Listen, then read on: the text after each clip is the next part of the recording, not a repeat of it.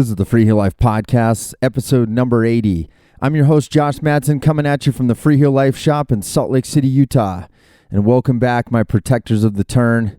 It's Monday, and it's time for another podcast, and I can't wait for this one. It's going to be a goodie. So I hopefully you had a great weekend, and hopefully if you're in the northern hemisphere, you're not down in the dumps with summer. I'm sure you're not. Usually by the end of it, most people are mountain biking, hiking, fishing, whatever it may be. So I hope you're finding some goods elsewhere and you're enjoying the warmer weather. But we're going to keep this thing going. So newsroom and notes for the week.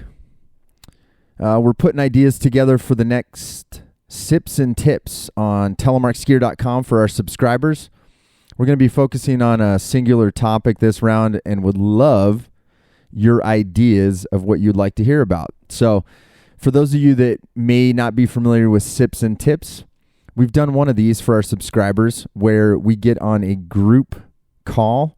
Last time it was me and Dosty. Most likely that'll be how it is this time as well.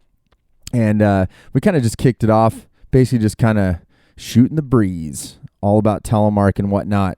But I think we quickly realized there's many topics to cover. So if you have any ideas, you can email them to podcast@freeheellife.com. We would love to see what you're thinking about this summer. And happy to, if we don't get to your particular topic, we'll put it in a list that we have going and hopefully tackle that somewhere along the line. Update on the Protector skis that we're making, the FHL Protector 95 and the 105. We still have about 10 slots to fill, and we are working through a wait list, which is why we have not posted anything beyond that. So Taylor's been hard at work, getting on the horn with everyone, talking to them, explaining what we're up to, and making these skis is a great move in the direction that we would like to go, being a brand and a manufacturer, and we are making these in-house. So it's been pretty cool. I've started cutting some of the cores, and we'll be keeping folks in the loop as we go. So you can follow us on the Instagram, Facebook, be doing our best to kind of spread the love throughout. And thank you so much for all the support as we're working to take this slow and steady so that we can make this something that we do for a very long time. And ski making's not easy, and it's many have started and many have ceased to exist. So we're very aware of that, and you know, especially me having been in this game quite a long time at this point, I've seen a lot of cool ideas start and then they do not continue. So we're trying to take in all things and make sure that we're making good decisions as we go along. So we appreciate your patience in the process, and that'll help us stick around for a long time. So should be good, and it's really fun. It's fun to be able to build something like that. Some of the latest to check out on telemarkskier.com. There's a great piece for subscribers about San Juan Sticks, which is a lurk company that started in Colorado. So you can check that out, learn a little bit more about that. We also have one of our in-depth gear reviews about the Scott Voodoo NTN boot. And those in-depth reviews are great. Dosty's done a great job of kind of digging in and talking about stuff. It's a mixture of writing and video and specs and basically just everything you need to know about that particular product. So check that out as well for premium subscribers, Scott's Voodoo NTN review. Also, there's another great piece that we just put up, Memories Down Telemark Lane. Dosty kind of dug in, and it's a great culture piece just about some of his friends that he skied with back in the day. It's got some great vintage photos, so I hope you'll check that out. I really enjoyed that one, and looking forward to more of that. So we're trekking along on that. For those of you that maybe can't listen to every single podcast because there's one every week, they can stack up pretty quick. We relaunched Telemark Skier magazine via telemarkskier.com. There's free news content, and then premium subscriber content that's everything from culture to gear pieces to profiles of people in the community. And we're doing a couple pieces a week, so throughout the summer. And we would love for you to be a subscriber and be a part of that as well. It's part of our Freeheel Life family, and another way that you can support things that we're doing, like the podcast and just community building in general. And that's what we want to be a part of. So thank you for all of you that have supported us in one way or another over the years. It does not go unnoticed, and we appreciate it, and we know that it's making a difference in pushing Telemark into the future. So thank you. So today, my guest, he grew up in Redford, Michigan, just outside of Detroit. He went to college at Michigan Tech in the Upper Peninsula of the state, where he first learned how to ski. And during his time earning his degree as an electrical engineer, his love for skiing grew, and he spent countless hours skiing with his friends. After college, he moved back to Detroit, and by chance, a friend invited him to start teaching skiing at Mount Brighton. That same friend ended up introducing him to Telemark skiing as well a few years after that.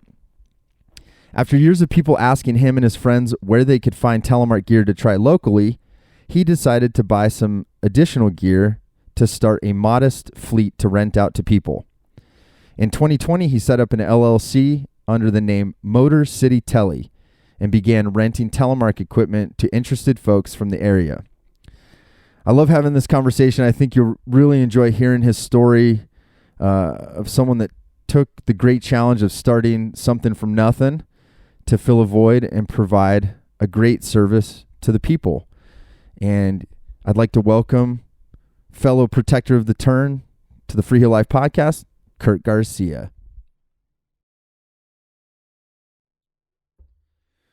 All right, Kurt, welcome to the Freeheel Life podcast. How are you doing, man?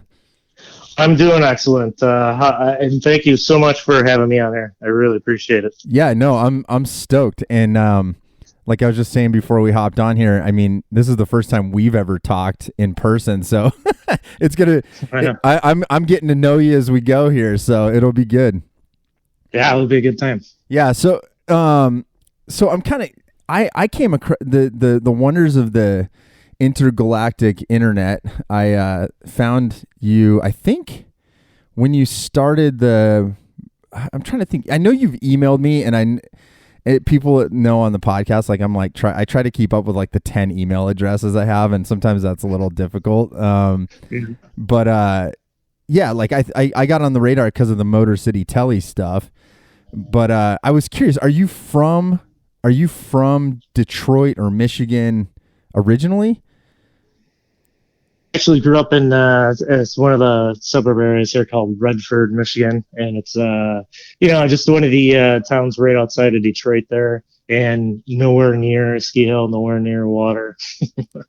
So I grew up in Metro Detroit area, and then I did end up going to college up in the UP at Michigan Tech, and then came back down to the Detroit area after we graduated. Oh, so did the skiing start when you were up in Houghton then? You got it. I never skied until I went to Houghton, and then first year I was up at Michigan Tech, we had 330 inches of snow. So what else are you gonna do? Oh my gosh, that's amazing. Actually, okay, so now I got a funny question, because I did not know this, that you went up to Houghton. I remember back in the day, I see. How are we talking? Like within the last 20 years? Is that? Close. Were you there during the time where women could ski for free up at Bohemia? Were you ever there during that portion? I was there before Bohemia existed. Oh my God, no way. Really? Yeah. So our last couple of years, we'd go up there once or twice a year we just hike the snowmobile trail up and ski down. No way. There's nothing. Oh, wow. Okay. So Porcupine State Park in Ontonagon would have been maybe the closest, or I don't know, Marquette have something? I don't even know. What else is up there? Yeah, we drive down either Marquette or Porky's or Blackjack and Indian Head. They were all somewhere between an hour and 2 hours if there was no snow. Oh, wow. That's crazy. So I guess I always thought Bohemia was there. It wasn't, though. That's funny. No, it was so I think the year after we graduated, they started driving with snowmobiles, and then the next year they put in the lift. Wow. Okay. So yeah, that may be dating me a little too much, but No. That's cool though. But and it's beautiful country up there. But if you haven't been to the UP, the upper for all those, and I want to assume that most Americans know, but they don't. That the UP is the Upper Peninsula. So, that's right. But it's like you meet someone from Michigan and they usually like pull the mitten up using their hand, showing which part of Michigan they're from. But then there's like the UP is like this whole other landmass above, the mitten, so to speak, and that's where where you went to school, and it's beautiful country, but it is remote, man. That's crazy. I mean, that's up there. Yeah, and at the time, the freeways were all still 55 miles an hour. So from the Detroit area up to Michigan Tech was like a 9 or 10 hour drive if you were, depending on snow, because you couldn't go that fast yet. Wow. I mean, you could, but you got tickets like I did. So yeah, that's crazy. Never worked out well. So would you drive all the way? I guess you can go up through like Petoskey, right? Harbor Springs, and then kind of cut over that direction. Is that the way you go? If you're no, from the Detroit area, just heading straight up 75, right up the middle, and then we wouldn't even take any offshoots to hit Petoskey or Traverse or in any of the other places. We just shoot straight through 75, right over the bridge, and head west. Oh wow, crazy! I need to explore up there. I still haven't been to Been to Porky's, haven't been to Bohemia yet. But well, that's cool. So you learn how to ski while you're at college, and what were you studying up there? I'm curious. Like what? So obviously like you're up there for like a technical something or other, right? So I'm assuming Michigan Tech. So. That's right. Yeah. So I have an electrical engineering degree from there, and then almost everybody up there was an engineering degree, and at the time they were sort of adding business and teaching into the school. And I think it's expanded quite a bit since then. But when we were there, it's pretty much either engineer or business, and that's it. Wow. And I mean, did you have kind of an outdoor background at all? I mean, I feel like Michigan is definitely got a lot of outdoors, but it might not be like out here. People are, thinking outdoors. They're thinking hiking and mountain biking and skiing, but like I feel like Michigan, when you say outdoors, it's probably a lot more like hunting, fishing. I mean, there's all that other stuff too, but tell me if I'm wrong. I mean, I've been there enough, but maybe I'm totally blowing it. Like, was skiing just like not even on the radar when you were growing up, or I think you're right with the outdoors idea for sure. And there's hunting and just going up north and camping anywhere you can and finding, sand dunes or, lakes or anything really. Just kind of getting outside is definitely very common. And everybody has some amount of that in Michigan. Like growing up where I grew up, we didn't have the ski hill right next to us, and my parents weren't, hunters or fishers. So we, I grew up playing hockey and soccer my whole life, and that was it. And other than just being the neighborhood kid and having, 15 kids in the neighborhood outside all day playing some sort of sport, there wasn't too much. Like we didn't travel up north to do, hunting or skiing or any of that kind of stuff when I was growing up. Yeah. And so so basically you probably started off alpine skiing up in Houghton then. And what was that like? Were you just like super stoked on skiing right off the bat, or was it like just something you kind of did a couple times? Or, some people kind of have that, especially people on the podcast, they just fall in love with it at whatever point in life they kind of cross paths with skiing. It seems to just kind of hook them, Was that kind of the case with you? Yep. Oh, for sure. So I had never done it really. I think maybe my dad took me once when I was in elementary school for, a half day somewhere, but I don't even remember that. But, from probably 6 or 7 through all the way through when I went to college, everything was, a competition. It was a soccer game, hockey game, wrestling or race or something. It was always compete. which I love, of course, and I still love. But then I went up to Michigan Tech, and when I started skiing, it was the first time I did something that was just, it wasn't a competition. It was just go and do it for fun. So, right off the bat, as soon as I started doing it, I loved it. And, I was hooked right away. The first day, so I was lucky enough at Christmas that year. I didn't, college kid, I didn't have any money except for whatever my parents gave us. And, my grandma that year gave all the grandchildren $300 for whatever reason. I think it's because me and my other cousin were the youngest and we had college. Or I didn't, you know what? I have no idea why. But the day after Christmas, my mom took me to the store, bought skis and boots, and then I went up to Tech and skied probably every day I could until I left. Wow, that's awesome. So when was it that you came across Telemark skiing? I mean, because like you said, you're not trying to date yourself, but this Right. this was a while back, and now I'm kind of curious because before we hopped on the podcast, I mentioned a couple of people I knew in Michigan, and I've been through there a bunch, and that's why I always say, Midwest is actually kind of a tele hotbed. So now I'm kind of curious, like, where were you when you came across Telemark? Were you at a resort? Was it did you have someone kind of mentor you into it locally, or was it just like you found some gear and went for it? Yeah, that was much later. So I went through all of college, Alpine, and then we got out of college, and my friends and I from college, we would go and ski 4 or 5 days a year out west somewhere, and that was it. And after a couple of years of that, I was like, this is not good. I need to ski more. And at the time, playing adult soccer, one of our teammates also was teaching snowboarding at Mount Brighton, the hill, one of the hills around us in Detroit here. He's like, just come out. So, I just randomly came out and showed up, and for whatever reason, apparently I wasn't terrible enough that they threw me out, and they let me stay. And then I was teaching alpine skiing for probably 3 or 4 years until the same guy that got me to go out and teach alpine was like, hey, we need to try tele. And I just said, okay. And we bought gear off the internet. Neither of us knew how to do it. And that was it from there, kind of. It took a couple years to really get to turn it over, where I went from, doing it once in a while to doing it on all of my spare time. But, that was it. Just randomly bought stuff off the internet and tried it and liked it. Oh, that's rad. And for those of you that don't know, correct me if I'm wrong.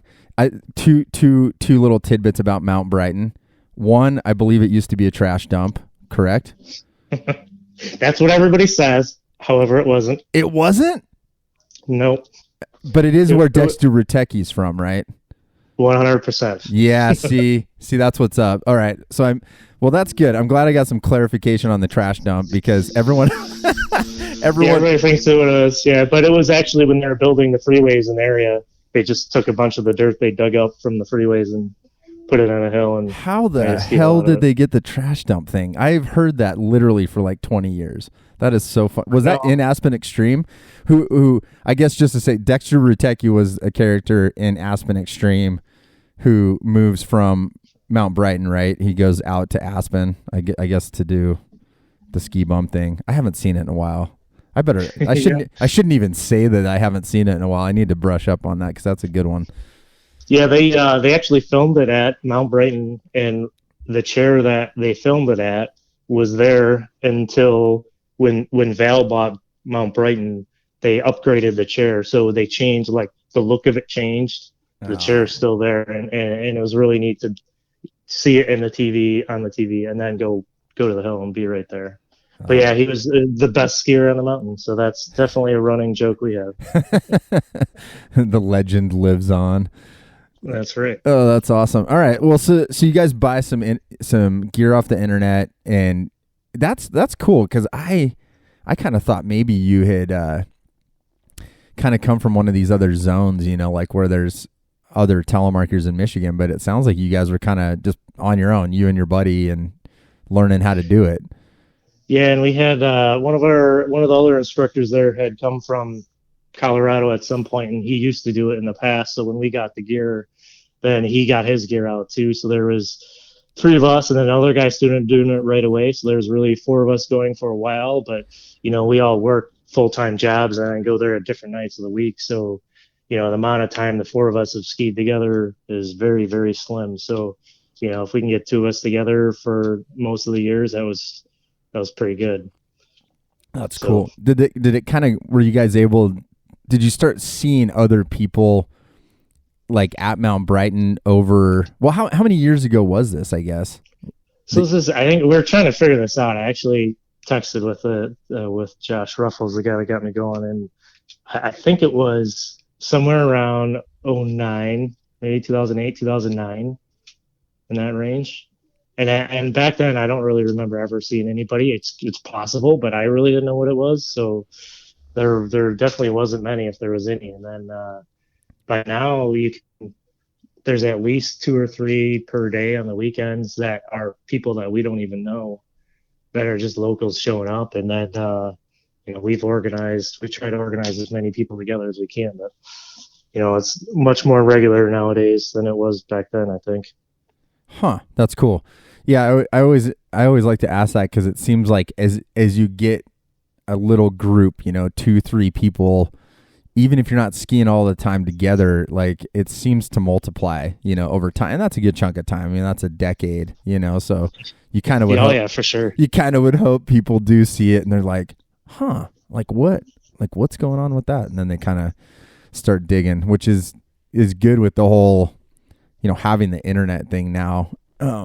Just being able to connect with people and find equipment and all that stuff. So yeah, it's huge. I mean, just on World Telemark Day, we got the 4 or 5 of us that know each other together at Brighton, and then 2 random guys were there, and we just grabbed them and started skiing together. Oh, that's sick. That's perfect. I love that.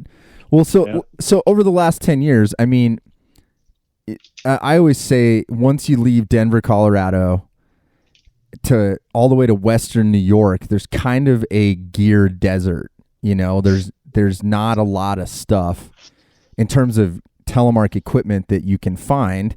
1, to buy, 2, to fix your stuff that you already own, and 3, rentals, which is like exactly what we're kind of saying. People see it.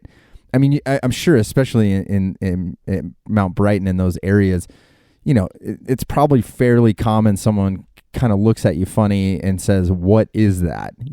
And or asks you, it seems to be kind of the same story all over the world, right? Like people see this, they're like, what is that? And then they're like, well, that looks kind of cool. Like, where can I try it? I mean, has that kind of been your experience as well? Well, 100%. And that's how this all kind of came about, because so many times I'd just be skiing and people would stop and say, hey, what's that? That looks cool. And I'd sort of explain it real quick, and they say, well, how can I try? So, well, what size boots do you have? Because if they fit mine, then we can try it. But I mean, there's no gear anywhere, so they couldn't. Yep. And it's like the kind of the saddest dead end, because it's like really when people and when people see it, they want to try it, but then it's like if they can't really take that next step within like a reasonable amount of time, like they're probably not going to remember, or it kind of just fades out, until they see it again, and then they're like, oh yeah, that thing, that lunging whatever. So exactly. So I guess kind of with that said, I mean, I know, I wanted to bring one thing up. How many vertical feet is Mount Brighton? I forgot to look it up before I called you. 210 sounds right. 210 vertical feet. Amazing. Yeah, it might be 230 on the website, I think, but I love it. They're stretching it. From the top part of the hill to the most bottom part where you can't ski anymore because you run into the building. Yeah, if you like boot pack up like a couple extra feet at the top off the lift, and then ski to the bottom lodge. That's awesome. Yeah. No, but I wanted to bring that up because that is like, for people that are in these areas, like people are passionate about skiing, but they're also skiing low vertical, and I've said this a million times, and I'm, but Telemark's a great way to make 200 vert a lot more challenging and much more interesting, and I'm sure there's no doubt. Yeah, I'm sure you've seen that too. That's certainly part of, for whatever happened from when I started to when it really clicked and I started doing it in all my spare time, that's absolutely part of it was, just making the 200 feet harder. Yeah. and more interesting. Yeah, for sure. Yeah. And that's, I think, kind of what we're describing. That is the Midwest cocktail that is so interesting to me is you have the smaller mountains with a lot of incredibly passionate skiers, and you guys ski day and night, which we do have night skiing, but it's not like there. I mean, you guys like can night ski at the majority of the mountains. Yeah. You know what I mean? For sure. I mean, I've the majority of my there's a whole ton of time that I ski between 8 p.m. and 10 p.m. Yeah, see, that's incredible. And you guys have, so I mean, it's just kind of this recipe for Telemark, in my opinion. You want more of a challenge. When you are up there, you want to get more. I think so too. You want to get more fitness in.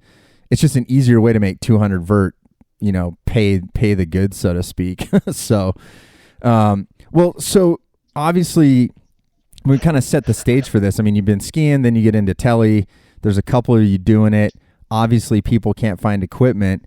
So when did this idea for Motor City Tele come about? Like how long ago did you start this?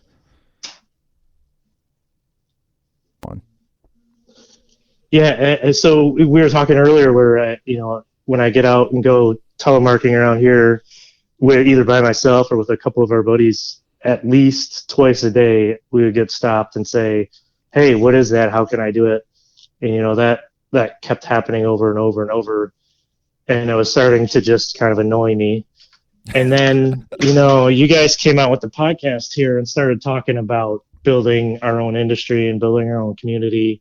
And then we see other groups starting to pop up like Midwest Tele Dads and Tele Colorado and all these guys.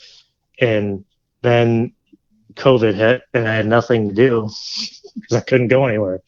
And I just started buying up gear and whatever I could find on eBay or stores that had stuff on sale or, the Telemark gear page on Facebook and looking for whatever gear I could find and started building up the fleet a little bit. And then I went out and created the LLC and built up the website, and here we are. That's amazing. And good for you. You like legit set up a business. I love that. That's so cool, man. I'm glad that I'm glad some of that talk on the podcast, like I love hearing that someone actually heard something. And, sometimes I'm just sitting here talking on a microphone by myself and I'm like, to hear you actually heard something and then you're like, hey, I already had this, kind of floating around in my brain. I just think that's so cool that you're able to kind of pick up and do it and get it going. Yeah. Oh, go ahead. And I do have sort of mixed feelings on it in a sense because, the telemark community in general, we all are friends with each other, whether we've known each other or not. You just go anywhere and you're telemarketing, you find another guy or girl and you just say hi and you start talking. And from that perspective, like it would be great just to have all this gear and, loan it out to everybody whenever I could. But, being part of a larger organization with ski instruction and then, sort of considering what risk the hill has to take on versus if I have 20 sets of gear and what I have to take on. I think setting up the rental business made sense to me because I have insurance for it and I have a waiver and, everybody that rent skis signs the waiver just like they would at any other rental place at a ski hill or anywhere else. And I think it just protects everybody in general. And ideally, let's just say I was to sell enough t-shirts and other swag, then I would be happy to drop rental prices down and just make you log in and sign the waiver. Right? It's all about spreading the turn and getting people interested and continuing to do it. But, I think having the waiver and the insurance makes a big difference and makes it somewhat more legitimate and keeps everybody, protected. Yeah, no, I think that's really smart that you did it the right way, and I think some people, there's kind of two things going through my head. Like when you say it, like one, I think it's great because it shows, hey, you had this idea and you put this together, and it shows how doable it really is to do something like this. I think that's, I always say that, like people, I get it. I'm not trying to sign people up or anything, because they're probably thinking it is time consuming, because it takes time out of your ski day. If, especially, you're not doing this full time and stuff like that. So there are some sacrifices, I think, that go along with it, which is why I'm grateful there's guys like you, why I wanted to, talk to you and just, man, this is cool. Like, you're taking time out of your life to take some risk, gain equipment, take some time out of your day to like do this and actually set it up. I think that's awesome, man. It's super cool. So I applaud you. I know how hard it is. And there's a lot of people out there that do a lot of talking and not a lot of doing. So bravo. Yeah, well, thank you. I appreciate it. Yeah, for sure. It's been super fun. I mean, we started here in COVID year of skiing, and we couldn't host any sort of gatherings. We couldn't have any demo days or anything like that. So I just started throwing out on Instagram for anybody in the local area. I just say, hey, we're going to meet on Wednesday at this time. And, we ended up with a whole ton of regulars showing up. And then, teaching and bringing skis out and renting skis to a whole bunch of new telemarketers that had never done it. And they were just interested because we had 6 or 8 of us riding together.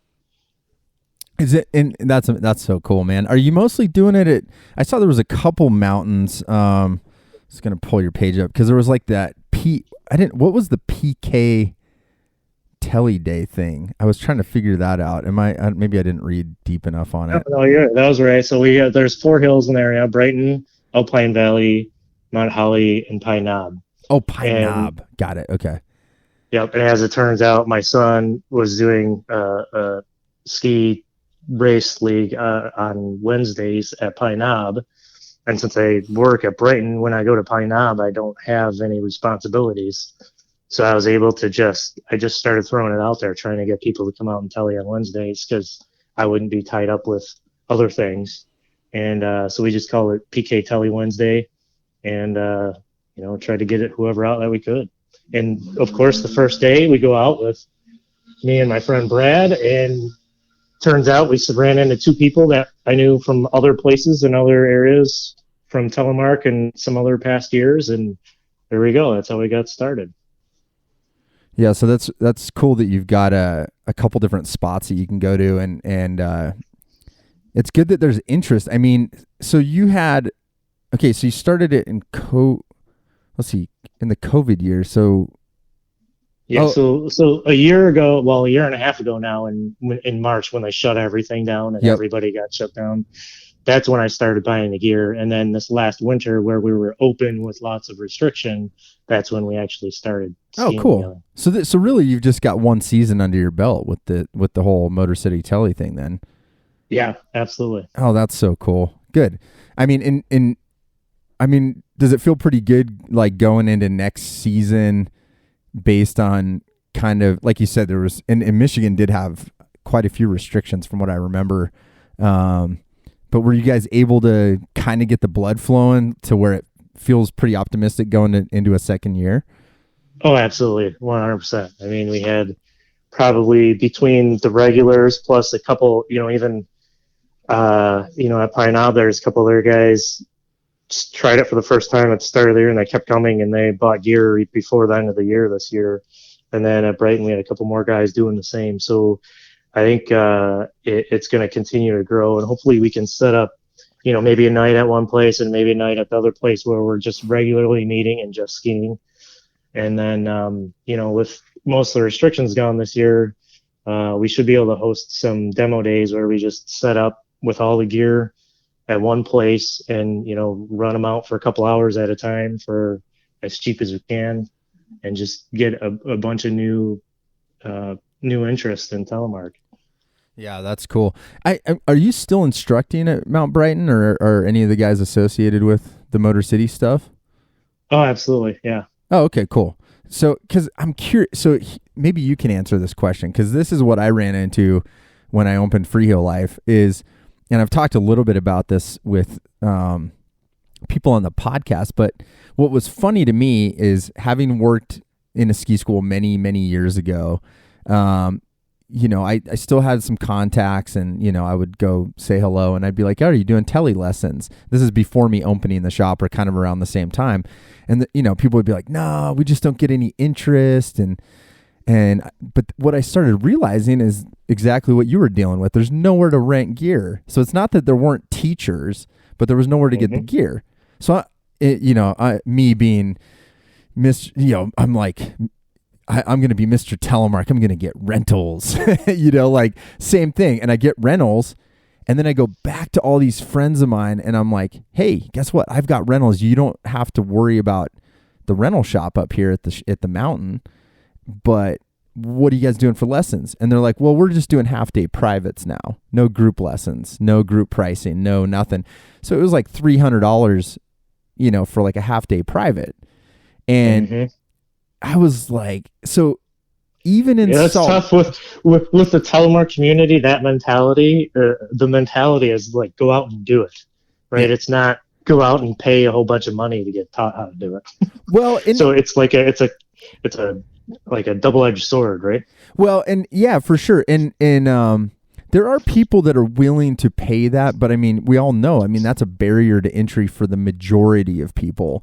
And what I think what's a little frustrating, and that's why I wanted to ask you, because you're in a unique situation, because as ski resorts are, literally the face of the ski resort industry is changing, where Vail is interested in buying a 200 vertical foot hill near a metropolitan area that, when you go on a vacation, your pass works in a variety of places around the world. It's a fairly brilliant idea from a business perspective. But it does create some red tape that maybe didn't exist in the past, which, like, I don't know, is Pine Knob, is that an independent still, or is that... Yeah, the owners of Pine Knob own 4 or 5 different smaller hills in the Michigan area. Gotcha. Yeah. So they're small, they're family owned, but they're not giant.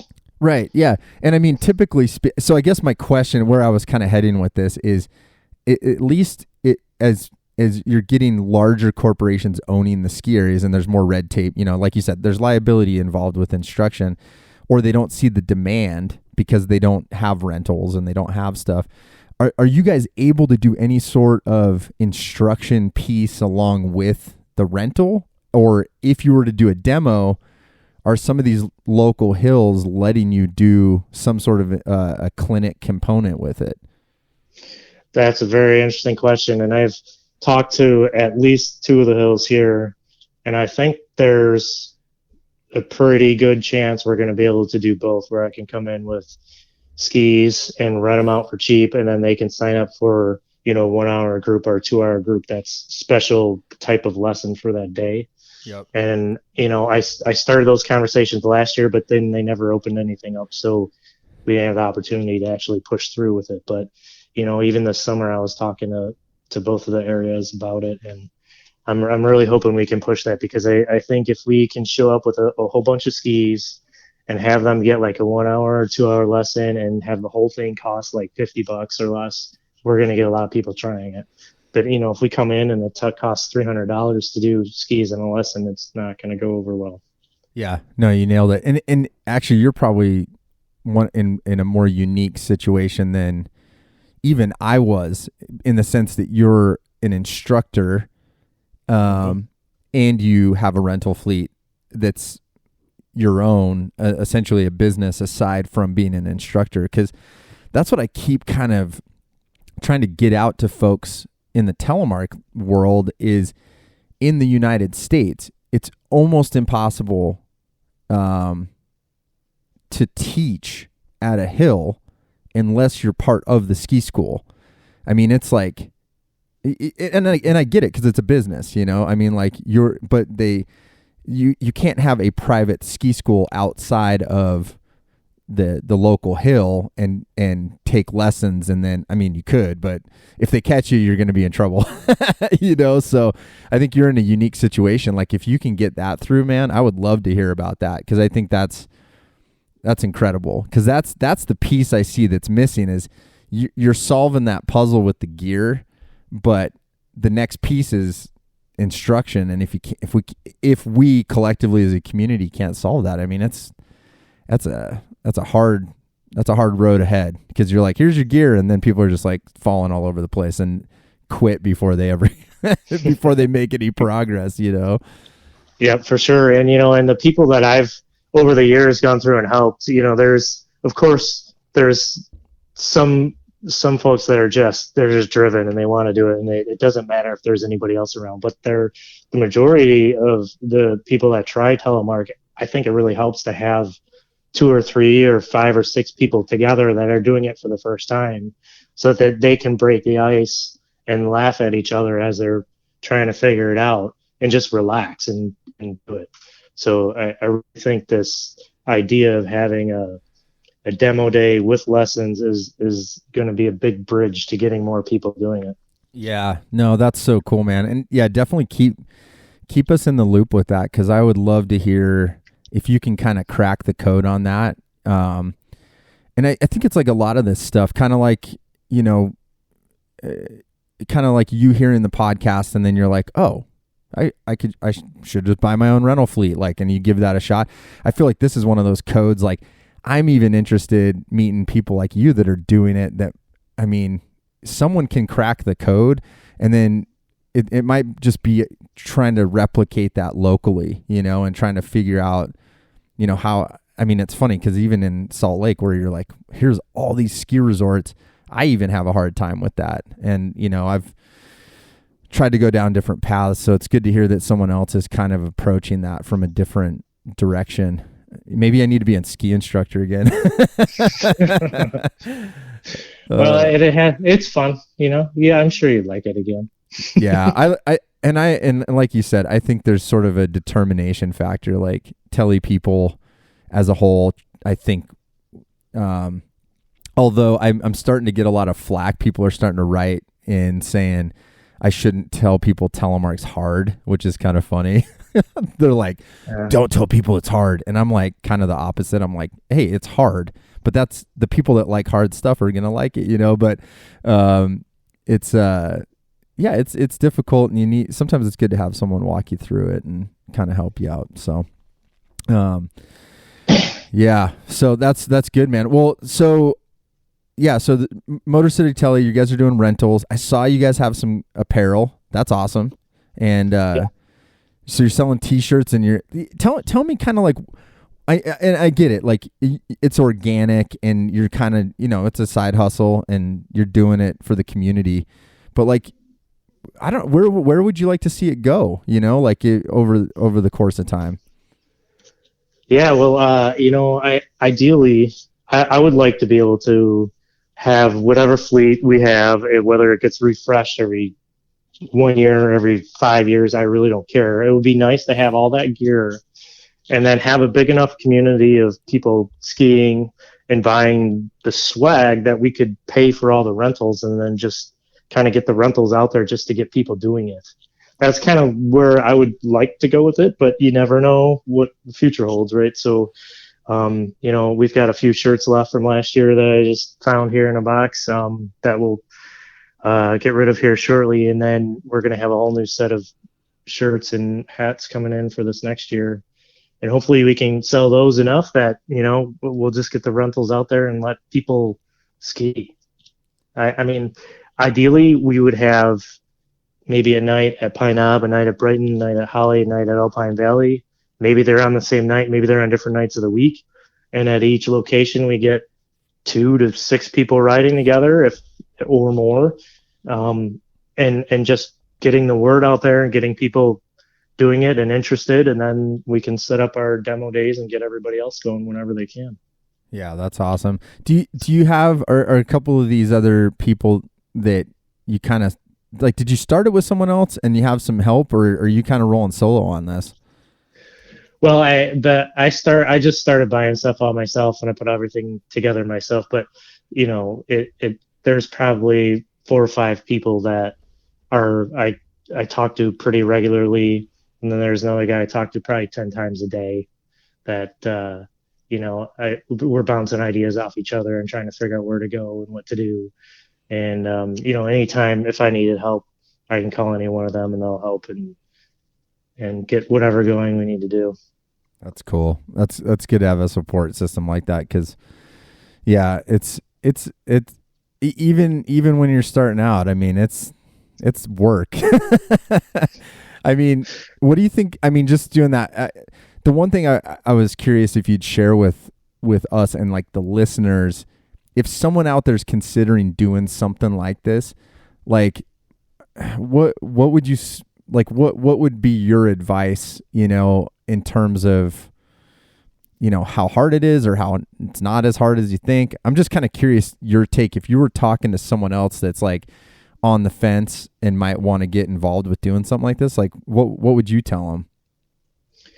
Well, I mean, I think the first thing is this is not going to be a financial windfall. You're not going to be retiring from your other job for this. So if you're okay with that,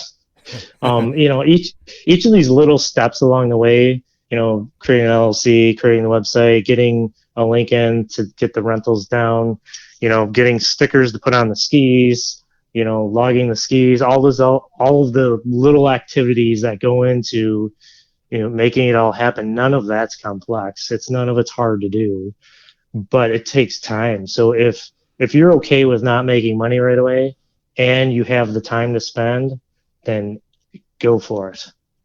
But if you don't have the time and you're going to go in and buy a bunch of skis and not have the time to make them available and not have the time to drop them off or meet with somebody to make the exchange or whatever it is, if you don't have that time, then it probably won't go. Yeah, you nailed it, dude. That's awesome. I appreciate you sharing that, because I think coming from someone who's just getting started, I think your first piece of advice is the number one piece. And it's also meaning, yeah, you're not going to replace your income at anytime soon, and I think that's difficult I think when we go back to talking about industry and stuff, for some people, like it's not that it's not a viable business concept, but it's like there's limits to it. And when we're at the beginning of something, and like I look at guys like you in the Midwest and I'm thinking, I mean, that you're all alone, man. I mean, you're isolated from you can't just like go down and grab extra gear somewhere, like you've got to put some work into it. And I always try to tell people that we're on dirt roads, right now. We're not on like, interstate freeway going A to B here, so you got to kind of have some patience, but that's awesome. I'm glad you're doing it, man. I can't express that enough to you. That's awesome.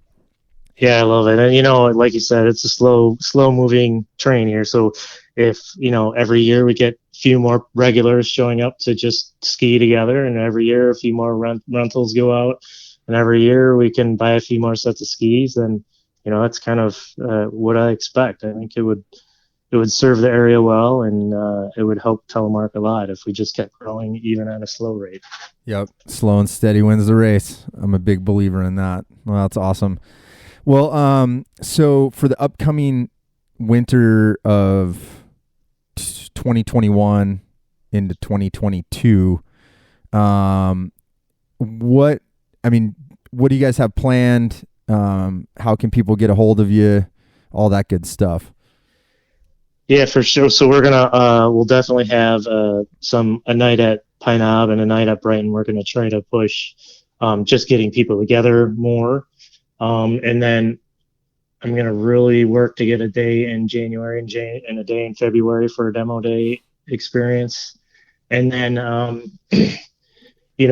I think any major day, like there's actually already a small meetup that was going on before Christmas and New Year's. So we're going to try to jump in that and get everybody going. And then, World Telemark Day, I think is going to be a pretty big day for us. If we can get our demo day out in January and February, and then come into World Telemark Day and get everybody that's been involved through the 2 months of time to show up together, that would be a pretty great way to cap the year. Yeah, and I got your email. You're going to be one of my points of contact this year, which I'm stoked about. Perfect. So that'll be. Yeah, and then Go ahead. oh, go ahead. Yeah, and then Motor City Tele on Instagram is probably the easiest, quickest way to get a hold of us. And then I'll be starting to post here shortly on things coming up for the year, whether it's the gear or events that we're planning. That's awesome. Well, I'm glad you're looking ahead. I know people are always like, what do you do in Telemark in the summer? It's like get ready for the winter. So exactly. That's good to hear you're already starting to think ahead on that. And yeah, I'm stoked, man. Any way we can support you and help get the word out, we're definitely gonna do our best to let people know that they can get rentals down there and participate in some gatherings, especially World Telemark Day. But it's just good to know that you're out there, man, and appreciate you doing what you're doing. Yeah, thank you very much. And everything you and Freeheel Life family is doing here is keeping the stoke going for everybody. So keep it up on your end too. I think it's great. For sure, man. Thanks. Yeah, and I definitely need to get out there and ski with you. I need to get my Dexter Rutecki patch, on my jacket, so to speak. So that'd be awesome. Yeah, no, for sure. We'll make it happen, and it'll be good. Well, thanks for coming on, man, and appreciate you taking the time. And for all those that are listening out there, check out Motor City Tele. So thanks again, brother. All right. Thank you very much. Yep. Take it easy. You too.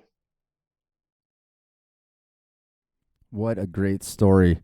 I'm so glad Kurt took the time to tell me a little bit about his journey, with telemark skiing, getting into skiing. And I just absolutely, it means so much to me too that, this podcast actually had an impact on someone like him to sort of pick up the torch in his local area and really help build this industry up. And, we always say that, it really starts with just making it available to people. And it's such a cool story. I love that initiative and just, hey, I'm going to take responsibility here and do my best to kind of share it with people. And just such a cool story. I can't emphasize that enough. And I love seeing that. And so I want to wish Motor City Tele all the best going into next season. And I'm sure you'll be hearing about them more. So if you don't follow them on Instagram or Facebook or any of that stuff, check it out, Motor City Tele. And we'll have some links in the show notes of how to find them. And, for those of you that maybe sometimes listening to this stuff, definitely this podcast is for you too, because you might be thinking, hey, I got a little extra time.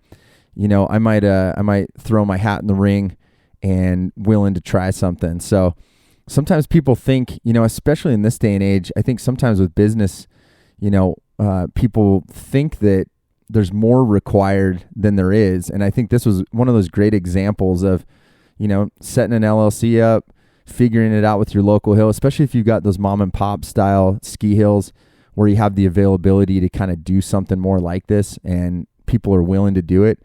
There's a great opportunity there. Now, I will warn you, if you get into something like that, it's going to take some time too. So, I always recommend if you want to get into the ski business in any way, shape, or form in order to ski more, sometimes that's not the case.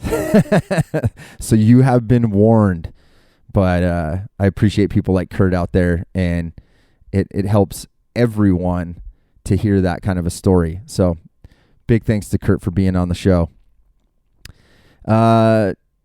Before I take off today, please sign up for our mailing list. You can find the link when you go to our website, and we would love to have you there. We're still putting that out once a week right now and kind of aggregating the content that we're putting out, both from telemarkskier.com, Freeheel Life stuff, just general updates, and kind of a way to stay in touch with all of you through the summer months. And obviously, you can follow us on social media and all that stuff. We're still keeping the skiing alive on there, because if you're down in South America, Australia, New Zealand, hopefully it's cooling down and you guys are doing some turns, or you're starting to think about it and get the gear all ready. And we want to keep that stoke level high for you. So be sure to check that out. In the meantime, you can shop Telemark stuff at freeheellife.com. Subscribe and become a supporter of telemarksgear.com for articles, gear reviews, and more. And you can always email me at podcast@freeheellife.com. Thanks for listening. If you're on Apple Podcasts, take a second to rate and review the podcast. Love to get some feedback on there. Hopefully you're enjoying it. And until next week, spread Telemark always, my friends. See you later.